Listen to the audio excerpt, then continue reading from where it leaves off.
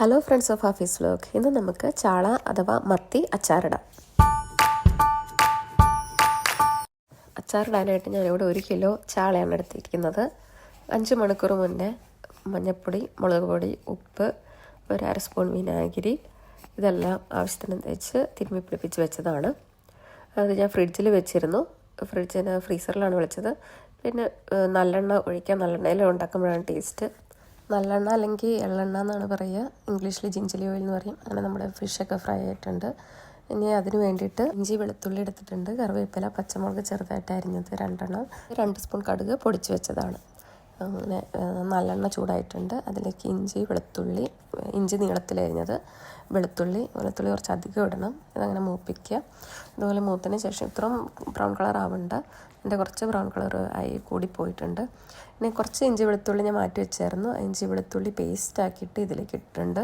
പിന്നെ മഞ്ഞൾപ്പൊടി ചേർക്കുക, മുളക് പൊടി ചേർക്കുക. ആദ്യം നമ്മൾ കീറി വെച്ച ഇഞ്ചിയും പിന്നെ മുഴുവനായിട്ടുള്ള വെളുത്തുള്ളിയും ചേർത്ത് അതൊന്ന് വഴന്ന് കിട്ടി ശേഷമാണ് ഇഞ്ചി വെളുത്തുള്ളി പേസ്റ്റ് ചേർക്കുക കേട്ടോ. ഇഞ്ചി വെളുത്തുള്ളി പേസ്റ്റ് ഒരുപാട് കരിഞ്ഞു പോകും. ഇഞ്ചി വെളുത്തുള്ളി പേസ്റ്റ് പച്ചമണം മാറിയതിന് ശേഷം നമുക്ക് പൊടികൾ ചേർക്കാം. മഞ്ഞൾപ്പൊടി, മുളക് പൊടി, ഇത് ഞാൻ തീ ഓഫ് ചെയ്തിട്ടാണ് ഈ 2 പൊടികളും ചേർക്കുക. അല്ലെങ്കിൽ കരിഞ്ഞു പോകാൻ ചാൻസ് ഉണ്ട്. പാത്രത്തിനൊക്കെ നല്ല ചൂടാണ്. എപ്പോഴും തീ ഓഫ് ചെയ്തതിന് ശേഷം മാത്രം നിങ്ങൾ അച്ചാറിന് പൊടികൾ ചേർക്കുക. ഈ 2 പൊടി മാത്രമേ ഞാൻ ചേർക്കുന്നുള്ളൂ. വേണ്ടവർക്ക് ഫിഷ് പിക്കിൾ ചേർക്കാം. ഒന്നും ഞാനിവിടെ ചേർക്കുന്നില്ല, അല്ലെങ്കിൽ തന്നെ ഇത് നല്ല ടേസ്റ്റാണ്. പിന്നെ വിനാഗിരി ചേർക്കുക. ഞാൻ ആദ്യം വറുത്ത് വെച്ച ഫിഷ് ഇതിലേക്ക് ആഡ് ചെയ്തിട്ടുണ്ട്. വിനാഗിരി ഞാനൊരു കപ്പ് 250 ml ഒരു കപ്പ് എടുത്തിട്ടുണ്ട്, ഒഴിച്ചിട്ടുണ്ട്. പിന്നെ ആവശ്യത്തിന് ഉപ്പ് ചേർക്കുക. അങ്ങനെ നമ്മുടെ മീനച്ചാറ് ഏകദേശം റെഡിയായി. ഇനി ഇതിലേക്ക് കായപ്പൊടി, ഉലുവ ഒരു 1/2 സ്പൂണ്, കായപ്പൊടി നല്ലവണ്ണം ഒരു സ്പൂണെങ്കിലും കായപ്പൊടി ചേർക്കുക. പിന്നെ കടുക് പൊടിച്ച് വെച്ചത്, ഇതെല്ലാം കൂടെയും ചേർത്തിട്ട് നന്നായിട്ട് മിക്സ് ചെയ്യുക കേട്ടോ. അങ്ങനെ നമ്മുടെ മീനച്ചാറ് നല്ലതായിട്ട് റെഡി ആയിട്ടുണ്ട്. ഇതിൽ നിങ്ങൾ ശ്രദ്ധിക്കേണ്ട എന്താണെന്ന് വെച്ചാൽ ഒരിക്കലും വെള്ളം പാടില്ല. ഇപ്പോൾ ഈ കടുക് എടുക്കണം പാത്രത്തിലായാലും മിക്സിയിലായാലും ഒന്നും വെള്ളം നന്നായിട്ട് തുടച്ചിട്ട് മാത്രം. പിന്നെ ഇഞ്ചി വെളുത്തുള്ളി പിന്നെ പച്ചമുളകൊക്കെ നന്നായിട്ട് വറന്ന് അതിൻ്റെ വെള്ളമൊക്കെ ജലാംശമൊക്കെ പോയെന്ന് ഉറപ്പ് വരുത്തുക.